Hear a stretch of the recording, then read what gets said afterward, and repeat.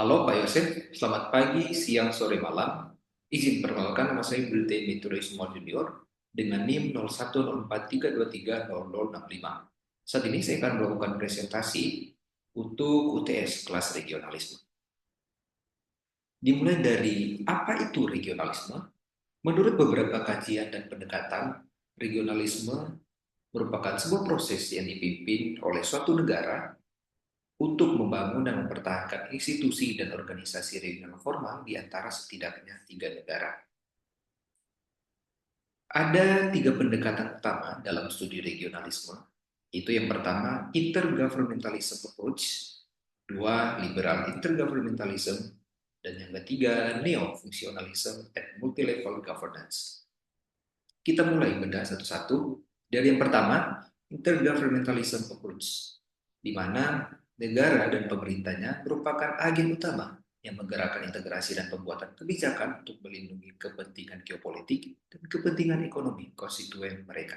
Seperti contohnya negara Indonesia dan organisasi internasional ASEAN, di mana Indonesia berperan sebagai salah satu negara utama dalam ASEAN, terutama dalam menjaga stabilitas kawasan dan menginisiasi kebijakan penting seperti deklarasi Zone of Peace, Freedom, and Neutrality, serta bagaimana adanya juga deklarasi mengenai ASEAN Outlook dengan Indo-Pasifik. Keputusan-keputusan dalam ASEAN diambil melalui mekanisme antar pemerintah atau state-driven dengan prinsip konsensus dan non-intervensi.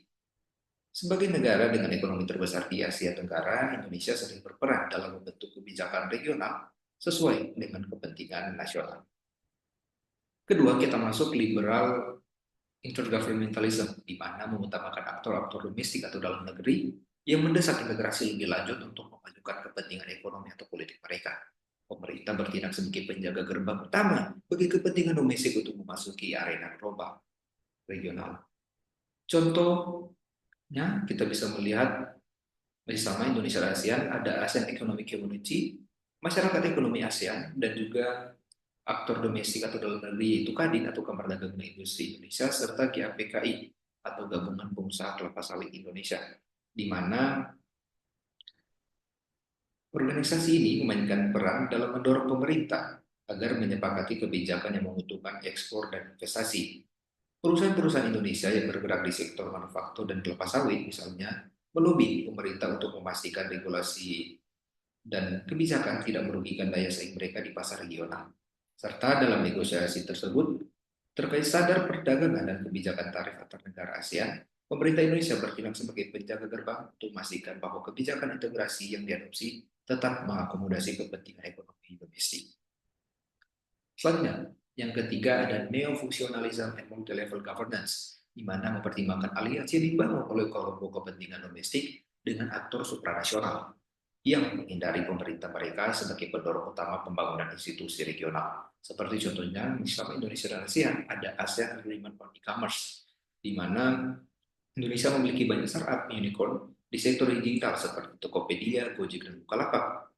Perusahaan-perusahaan ini bekerja sama langsung dengan institusi supranasional ASEAN untuk membentuk kebijakan regional terkait perdagangan digital. Misalnya, ASEAN Agreement on E-Commerce ini, kelompok-kelompok industri digital Indonesia ikut serta dalam pembahasan regulasi lintas batas terkait pajak dan data privacy dengan menggandeng Komisi Ekonomi dan Sosial PBB untuk Asia dan Pasifik atau UNESCO.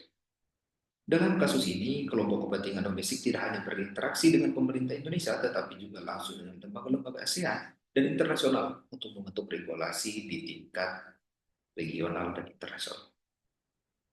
Selanjutnya, apa kepentingan yang mendorong negara-negara untuk melakukan integrasi kawasan? Integrasi regional adalah proses di mana negara-negara mengadakan perjanjian regional untuk meningkatkan kerjasama regional melalui struktur dan aturan regional, di mana ada dua pendorong utama, yaitu yang pertama pendorong utama pembangunan kawasan terletak di dalam kawasan atau endogen, dan pendorong utama pembangunan kawasan berasal dari luar kawasan atau exogen, di mana untuk exogen sendiri, bagaimana contohnya Regional Comprehensive Economic Partnership atau RCEP, yang merupakan perjanjian perdagangan bebas terbesar dunia yang melibatkan ASEAN dan negara mitra seperti Cina, Jepang, Korea Selatan, Australia, dan Selandia Baru. Juga untuk contoh untuk endogen yang terletak di dalam kawasan, yaitu tadi ASEAN Economic Community atau masyarakat ekonomi ASEAN yang didorong oleh faktor-faktor negara di dalam ASEAN sendiri. Selanjutnya kita akan melihat Uni Eropa yang merupakan model bagi bentuk regionalisme dan proses menuju integrasi kawasan, di mana dalam integrasi kawasan sendiri ada 5 tahapan dari yang terendah sampai tertinggi. Itu mulai dari free trade, custom unions, common market, economic union, dan yang tertinggi political union. Mari kita bedah satu-satu. Dimulai yang pertama, free trade area, di mana sebuah hambatan perdagangan barang dan jasa antar negara anggota dihapuskan atau dikurangi. Setiap negara diizinkan menentukan kebijakan perdagangannya sendiri terkait negara non-anggota. Hampir 90% perjanjian regional adalah free trade area. Contohnya di ASEAN. Kedua, custom unions, di mana menghilangkan hambatan perdagangan antar negara-negara anggota dan mengadopsi kebijakan perdagangan eksternal bersama. Sebagian besar negara yang masuk ke dalam serikat pabean menginginkan integrasi ekonomi yang lebih besar di kemudian hari. Contohnya komunitas Andes. Yang ketiga, common market, di mana tidak ada hambatan perdagangan antar negara anggota, serta meliputi kebijakan perdagangan eksternal yang memungkinkan faktor produksi bergerak bebas antar negara anggota. Jadi sudah tidak ada pembatasan imigrasi, emigrasi, atau harus modal lintas batas antar negara anggota. Contohnya Mercosur. Keempat, ekonomi union, yaitu mata uang sudah milik bersama atau sudah sama semua negara-negara anggotanya, serta harmonisasi tarif pajak negara anggota. Kebijakan moneter dan fiskal bersama tidak hanya menuntut birokrasi yang terkoordinasi, tapi juga pengorbanan sejumlah besar kedaulatan nasional untuk birokrasi tersebut. Contohnya Uni Eropa, meskipun belum maksimal karena salah satu aspek yang dilihat mata uang bersama di Uni Eropa sendiri beberapa anggotanya masih belum memiliki mata uang sama euro. Selanjutnya yang ketiga terakhir political union, di mana aparat politik pusat mengkoordinasikan kebijakan ekonomi sosial dan luar negeri negara-negara anggota. Contohnya Uni Eropa atau Parlemen Eropa meski belum maksimal juga. Alasan mengapa integrasi kawasan umumnya selalu dimulai dari sektor ekonomi karena kesepakatan antara kelompok negara di suatu wilayah geografis bertujuan utama untuk mengurangi dan menghapus hambatan tarif dan non-tarif terhadap arus bebas barang, jasa, dan faktor produksi yang mempengaruhi ekonomi antara satu dengan yang lainnya.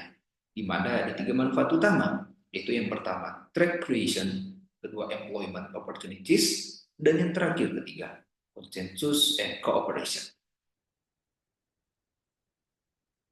Sekian dari saya. Terima kasih. Tuhan Yesus memberkati.